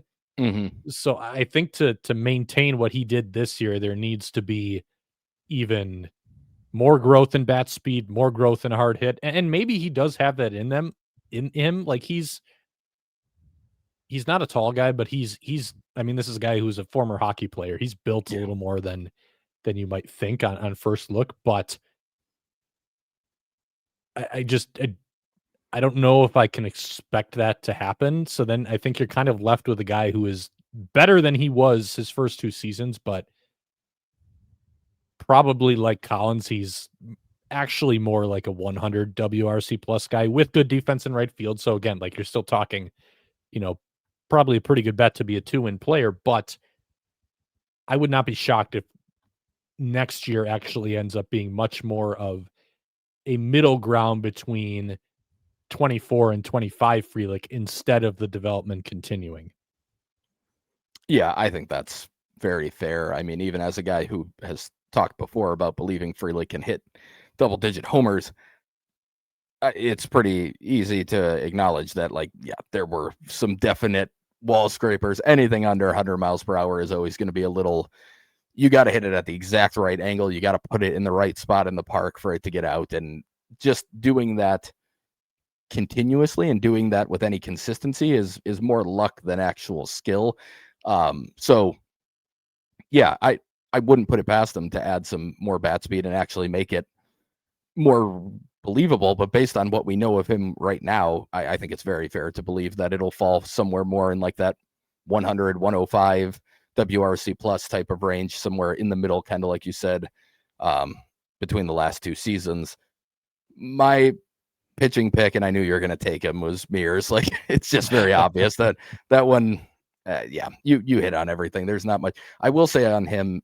If there's going to be like maybe to the surprise of some people, like a small trade that happens this offseason, like I would not be surprised if they try and pawn him off on somebody as like, hey, he had really good results. He's starting to hit arbitration. We don't really want to pay it. Like making that the idea instead of saying like, yeah, we don't really think he's going to do much for us moving forward. I wouldn't be shocked if they try and, make a small trade with Mears. Collins would be the other clear one. We already talked about that. But I guess I'll throw out Vaughn just from his Brewers tenure. Like, I think honestly, like what his overall season numbers ended up being between the teams isn't that far off. It probably a little low from what I think he really is, but especially compared to what his Brewers tenure was. And to be clear, I think they're going to bring him back. I think he's going to be the starting first baseman next year, and he earned that opportunity. Like he did a lot of good things. He had a couple of really big home runs for the Brewers in the playoffs. I think they go into next year with Vaughn and Bowers as their first baseman, and like you said earlier, that's a question mark, but also we've seen good things from both of them, and I think there's a chance that it's going to work out fine. But he is a guy that just is the eye at the plate actually that much better than it was in Chicago. We've talked about that before. Are some of these gains that he made with the Brewers going to legitimately hold? I think some are. I don't know that all of them are. So again, I think there's a pretty decent chance even the version that regresses is like a league average or a little bit better hitter who hits some homers and does some good things offensively. But is that what you're hoping for out of your first baseman? That's always the question. That's been the question for the Brewers for a very long time. It's why they went out and signed a Rhys Hoskins, hoping to kind of buck that trend and get somebody who really did add something offensively. But I guess he would be the other one. And I was thinking Durbin, but honestly, by the end of the season, Durbin's numbers pretty much lined up with what I think is reasonable from him, like you said. So, yeah, I would go Collins and Vaughn on the offensive side. Let's move on to HC Purdy, who asks, which minor league pitchers do you think could contribute next year? Coleman Crow, Craig Yoho, Bishop Letson are some of the names he listed. And he's assuming Henderson plays a significant role. So, yep, if you're still counting Henderson in that minor league camp, I think he's a big part of what they do next year. Coleman Crow is probably my pick. I think that he's going to be someone who ends up getting quite a few innings for them. Yeah, I'm very curious to know what's going on with his health because he missed like the last month of the season, and we haven't heard a ton on that. So that's going to impact it. But if he's healthy, I fully expect him to get a decent amount of innings for the Brewers next year. I think Yoho gets quite a few, but it'll be just as a reliever. It's going to be a lesser role. Like I think Crow could be a starter. I think Henderson could be a starter. I don't think Letson's an option next year, but there is another Double-A name from this year in Tyson Harden that I think has a decent chance of being somebody who starts in Triple-A, and then he would be the guy that of all of them that I could see maybe forcing his way into needing to pitch in the big leagues just with his stuff. Like it's better stuff than a lot of these other guys have in terms of the fastball, the sweeper, the just everything about what he brings to the table. He can get up to 97, 98. He sits more, mid 90s, but he can get up higher than a lot of these other guys can on the velo. He's the type of guy who, with another jump like he had in his first year of pro ball, could force his way into just you have to pitch him in the big leagues, and you don't really he doesn't leave you with a choice. And Gasser, I guess, if we're counting him kind of like Henderson, he's going to play a role for the Brewers next year for sure. I'm trying to think if I'm missing anybody. No, I think those would be the names that I would look at. Maybe Brett Wojciechowski, depending on what his injury is, just because the velo is higher than a lot of people, and that might be able to play even if it is out of a bullpen role at some point next year. But I don't love the pitch shape, the fastball shape, so I think it's more of a bullpen role for him moving forward out of anything else. So yeah, we'll see on that, but those would be the names I'd throw out. I love Bishop Letson. I just think he's probably a year out still. This gives us a very good opportunity to transition into Spencer's first off-season minor league sandbox. I understand that we have some AFL content for you to page through. We sure do. Yeah, we were thinking about doing it last week, and then like we said, we had to talk about the Dodgers series, so we held off on it. But it's been a pretty good start to the AFL for the Brewers. They're playing for the surprise Saguaros. 4 position players are there, 5 pitchers. The first position player, and I got not even a question, I got a comment / hoping from Nate that we would talk about Josh Adamshevsky as much as possible. So we'll start with him. So far in the AFL, he has an 840 OPS. He hit a grand slam. He also has 2 other home runs and 2 doubles so far. He's playing left field. Nate also asked, curious, and this is clearly related to Adamshevsky, curious on thoughts of a second base type moving to the outfield. Typically, a second baseman is because of a weaker arm, he's questioning. How much can that actually be improved on by strengthening or other work? So in terms of strengthening the arm, like guys Adamshevsky's age, like, yeah, they could probably still add a little bit of arm strength. I mean, we saw Christian Yelich add arm strength in the middle of his career. That is one of those things that you can kind of continue to improve upon. You're never going to make huge leaps, but you can improve upon it and make it better. Second base type moving to the outfield, I do think usually is going to be left field because of what you're talking about with the weaker arm. Maybe center field if they're a really good athlete. We'll talk about a guy who's actually fits that mold later in the position player side of things. But so far, there was an article that came out today. Adamshevsky is adjusting pretty well to the outfield from what I've heard and what the article said. I think it's something that if you're a good enough athlete, you can play the outfield with reps. I think it's something that, frankly, it's one of those things that if you go out there and you at least have decent vision and can see the ball off the bat, it's going to take some time to adjust to the routes and to everything else. But I think you can make it work. And the thing is, you do have to hit more, just generally in baseball terms. People expect more offense from a guy playing left field than a guy playing second base. So the bat has to be there.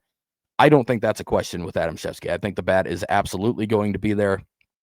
It's been a really good start. He actually had a really bad first 2 games that in this small sample, it accounts for the majority of his strikeouts, and it accounts for a low batting average that he has right now. But with the power that he's been showing, the OPS is still in a really good spot. His barrel rate so far in the AFL, small sample, but it's 24%. His 90th percentile exit velocity is 104.6. He's hitting the ball hard. He's hitting the ball in the air. He's got a pull air rate that's in the 70th percentile for guys down there. The one thing is the strikeouts have been higher than he's ever shown before, and the whiff rate also. Again, I think that's mostly due to the first couple of games in a small sample, but he's showing a ton of really good things. I've long said that he is a personal favorite of mine. I'm very happy to he's starting to get a lot of attention. Even nationally, people are really picking up on him as a prospect. I've seen him getting pretty close to like top 10 lists for the Brewers. I think especially with his offensive ability, he's a guy who could actually move pretty quickly if they found a defensive home for him. So I think this is something this is real. I think the bat's real. I think we're going to see better results than he's even showing right now by the end of fall. And I think the whiff rate and the strikeout rate are going to look better by the end of fall. But it's been a really good start for him, despite some of the issues that we're not used to seeing from him. Luke Adams, another personal favorite of mine, and another guy who's off to a fantastic start in the AFL. He has a 952 OPS so far, 2 doubles, 2 homers, 90th percentile exit velocity of 105.6, which is really, really strong. Again, really nice barrel rate, 93rd percentile, hard hit rate, 93rd percentile, launch angle sweet spot, 93rd percentile. That is the most exciting thing for me, because him hitting the ball in the air with the type of power that he shows is something that I really, really like. He does that. There's a very good chance he's going to be a major league level hitter. His zone contact rate is in the 100th percentile so far for the AFL. He is making contact on 94.2% of swings in the zone. His swing rate is still lower, but not terrible. And it's really his zone swing rate is pretty low, but he's not chasing, and he hasn't really ever chased much. I still think he needs to swing more than he does. But I'm just a huge fan of Adams. He's a high IQ player. He plays the game very, very hard. He plays it with emotion. The first game of the AFL season, he had a game-ending double play where he let a pop-up drop in front of him because he noticed the runner or the batter wasn't running out of the box. And that was just a fantastic, fantastic play. That he, again, turned into 2, ended the game. It's just the high IQ stuff mixed with this very, very high-level talent. It's a weird profile. He is a weird-looking player on the field. But at some point, the results have been there at every single level. Now, it's a hitter environment in the AFL. You should expect him to hit. But he's doing that. He's doing what you expect him to do. And, yeah, I don't know. I just have a really hard time believing he's not going to turn into something positive at the big league level. And also, my guy, because he just does not move. He gets hit by every pitch that comes anywhere near him. He set the Timber Rattlers record when he was there. He was on his way to setting the Shuckers record before he got hurt this year. He takes hit by pitches like nobody's business, and it's one of my favorite things. So, yeah, really, really good start for Luke Adams, and doing what you hope he does and expect him to do, but he's doing it. So that's really good to see. Dylan O'Ray, I mentioned a guy who can play second and center field earlier. That is Dylan O'Ray. He is extremely fast. He missed all of 2025. He's actually had a solid start to the AFL. I'll talk about some of the concerns and how they're showing up in the AFL. But he has an 820 OPS. He had a walk-off 2-run single for the team in one of the games.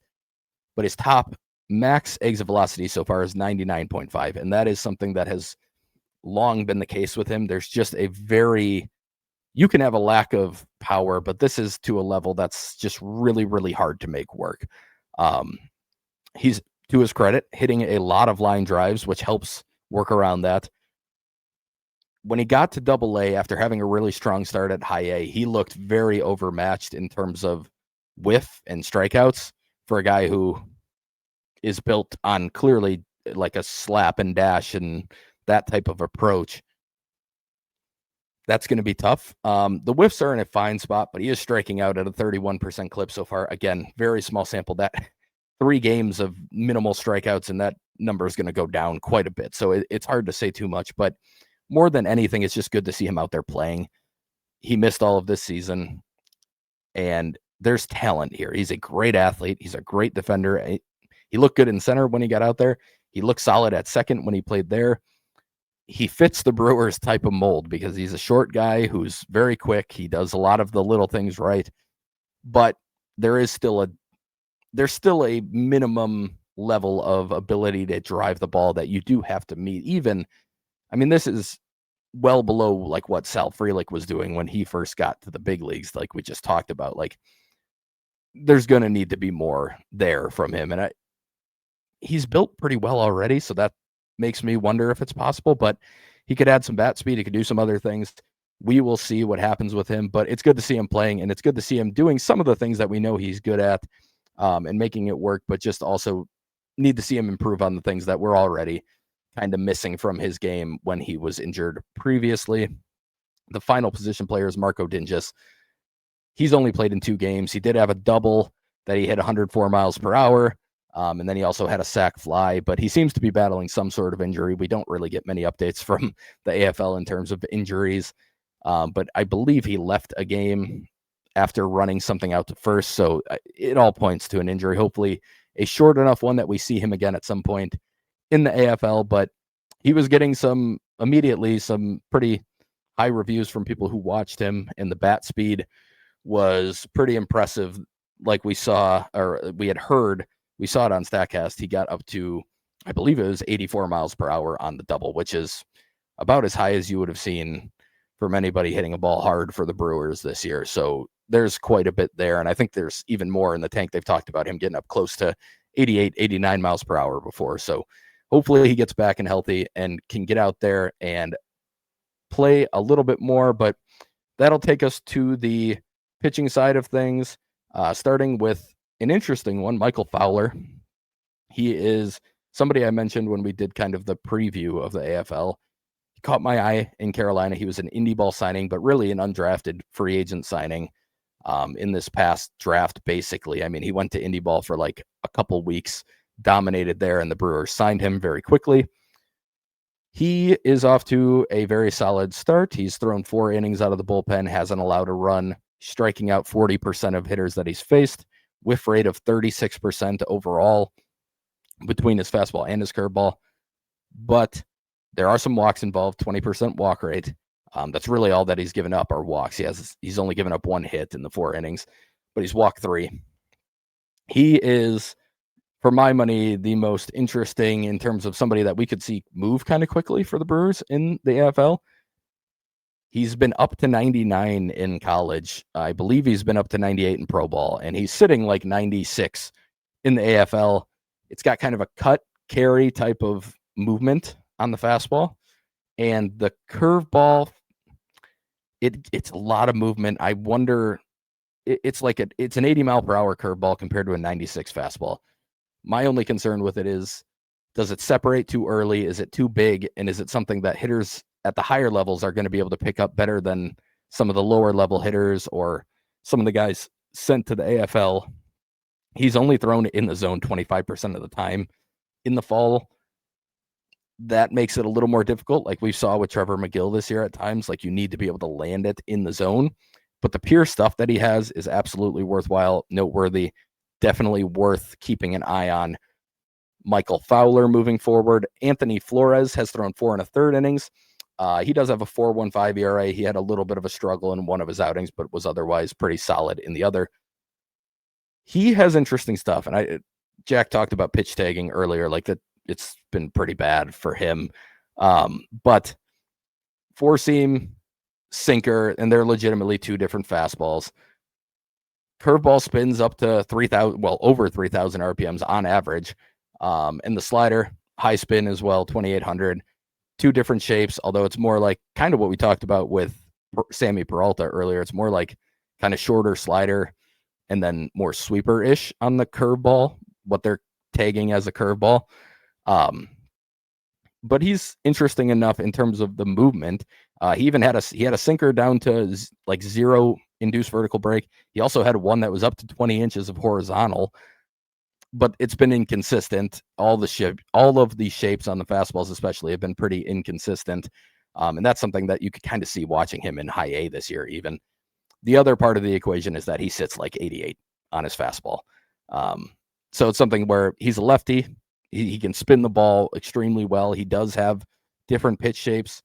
He threw a changeup in the season too. We haven't really seen the changeup in the fall league. I'm curious if he'll break that out at all. I thought it was a pretty solid pitch, just eye test watching him.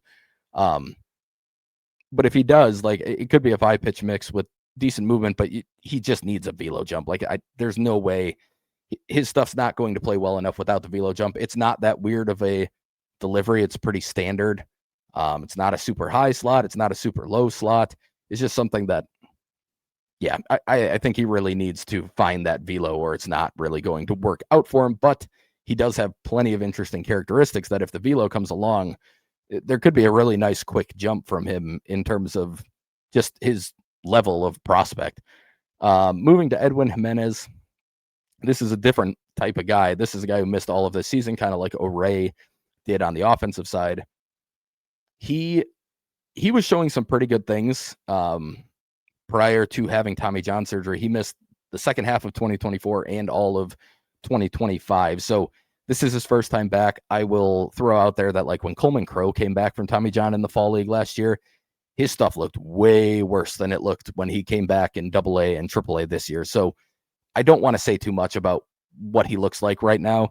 But speaking of high slot, like, this is a very high slot guy. Jimenez is very over the top with his delivery.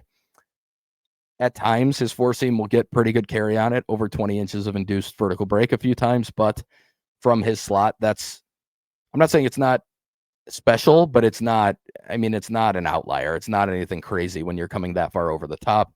The sinker is pretty generic and it's very dead zone-ish with the movement. The changeup's been a good pitch for him in the minors, and I think it's been a pretty good one for him in the AFL so far. That one he gets a decent amount of run on. Doesn't get too much vert off of it, but, like, it's a pretty good pitch, and he takes enough off of it velo-wise to make it play pretty well. His best pitch when I watched him in the minors was his slider. Early on, it was really sitting kind of in that, like, 0 horizontal, 0 induced vertical type of place. It has started to gain a little bit more horizontal. Just from watching it in the minors, I would have guessed it would be more horizontal than what it was showing in the pitch shape. So I'm curious to see how it goes throughout the season, or throughout the AFL season. And then he is supposed to be a minor league free agent this year. I don't know if they've maybe signed him to another deal to bring him back. I think it'd be a little interesting to send him to the AFL if they haven't done that. So I'm curious if he's already under contract for next year, but he's somebody that I just want to see what he looks like when he's more removed from this Tommy John surgery and what he looks like a little bit as he moves forward. Moving to Jesus Broca. This is another lefty, another guy who actually went from low A to high A. I saw him pitch in Appleton for the Timber Rattlers and came away pretty intrigued. And then he ended up in Double A and finished the season pretty strong there as well. Only 22 years old, already made it to Double A. Left-hand side, he's got a 41% strikeout rate, only 4 2/3 innings, but no earned runs. Walk rate's a little high, but nothing crazy. He has outlier extension in the way that you don't normally talk about extension. It's very, very short extension, just over 5 feet of extension. So that's interesting. But having watched him in person, sitting behind the plate for that game, I thought the most interesting part about him was actually how well he hit the ball. It was very hard for me to pick up, and I had a much better angle than the hitters did even to see the ball. Like, he just kept it hidden for a very long time, and he's only averaging, velo was actually up a little bit from this last outing. He's only averaging around 92, 93, but when I saw him, he was sitting 94. I saw a 96. There's interesting stuff here. There's 2 fastball or a 4-seam and a sinker.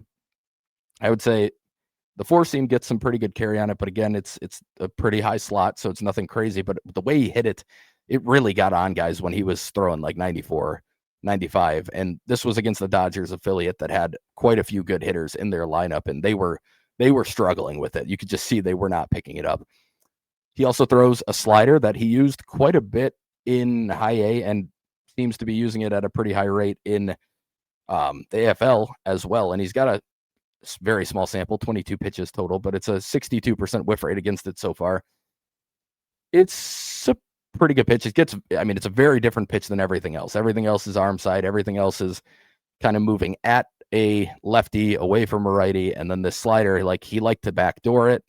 And he, looking at it now, like he's zone rate is 64% in the AFL. Again, tiny sample, but he's very clearly comfortable throwing it at any count, and he was in the minor leagues this season. And then he also throws a changeup, and I always thought the changeup was his best pitch just watching it. It might be part of the way he hides it. The movement numbers on it aren't bad, but they're not all that good either. He threw some better ones and some worse ones, and that's kind of the thing with the changeup, especially in a small sample. It's his highest usage pitch, and I think it's a pretty solid, interesting pitch that he kills, about 10 miles per hour, if not a little bit more at times on the velo. I like Broca. He really caught my eye this year. He's somebody who, again, played at 3 different levels and performed pretty well at all 3. He's somebody that I will definitely be watching next year. I think he starts in AA, and he could be a guy that's in AAA at some point in the 2026 season. And then the final guy we'll talk about here is Nate Peterson, a guy who did make it to AAA at the end of the year. The pitch tagging on him in the fall league has been interesting, to say the least. But he's another guy who, this is a real kitchen sink type of arm. 2022 pick. Had a little bit of a velo jump this year that he had not shown in the past, and it hasn't carried over to the AFL like it did in the minors. We saw when he got to AAA quite a few like 93, 94s. He's mostly sitting kind of 90, 91 in the AFL so far. But if that velo's there, it's interesting. I mean, he's left another lefty, another guy who's got not a crazy high slot, but a higher slot, and somebody who just throws everything at you. And if the velo's there, like it's a decent 4-seam, and it's good breaking balls. They're calling it a curveball and a sweeper at times. I think he calls them all curveballs. I think it's a slider, a curveball, and a changeup for his secondaries, and then the 4-seam and the sinker are his fastballs. But they're all separated pretty decently, especially when they're tagged correctly. And he's interesting too. Again, he's Rule 5 eligible. He's not somebody I would protect in the Rule 5 draft. He's not somebody I think they need to. If somebody takes a chance on him, good for them. I mean, might be worthwhile. I guess it's not too dissimilar from like what Connor Thomas was, but without the results and the type of track record that Thomas had at AAA the year prior. But he's having a solid start here. Not as much swing and miss as you'd hope, and that's not shocking given just having watched some of them. Like he's been pretty. When he's throwing in the zone, it's been in not great areas of the zone, but the results have still been pretty solid so far. He's thrown a lot of everything at you, and that's something the Brewers like. So he's another one worth keeping an eye on. I don't think he'll get picked in the Rule 5. I don't think he'll get protected. So I think you'll see him in AAA next year. And if the velo jump is real, or if he can even add another tick or two, then now he starts to get interesting enough to really wonder if he's somebody you could see in the big leagues. But that is it for the AFL wrap up and for my sandbox here. I missed this. I I needed to do some minor league talking, and Jack is having some Wi-Fi issues, so I don't think we're going to get him back here. But that is all we've got for you guys. So appreciate you listening. Appreciate all of the questions we got. It's possible we'll carry a couple of them we didn't get to over. I will note for the people who asked about the CBA, Jack and I just haven't looked into it enough to be comfortable to really go in depth on it and give a good idea of what we think. Next off season, when it's really going to be super, super relevant, is probably when we'll have a better idea. So if you ask about it, it just forewarning, I'm not sure we'll talk much about it or get into it much, because it's just not something we're super well versed in, and we don't really want to go into something that we don't know a ton about. But that is all we've got for this week, and I'm not 100% sure what Jack and I are planning to do. It might be an every other week thing. I think at least to start the offseason, we'll try and go every week, and then if there's not much happening, we might go to that every other week schedule. But that is that's kind of the plan, or the tentative plan moving forward. And yeah, thank you guys all for listening. As always, appreciate all of you who reached out and just throughout the whole season have asked questions and interacted. It's very fun for both of us, even if Jack doesn't want to acknowledge it. So yeah, thank you all for listening, and we will see you at some point in the future.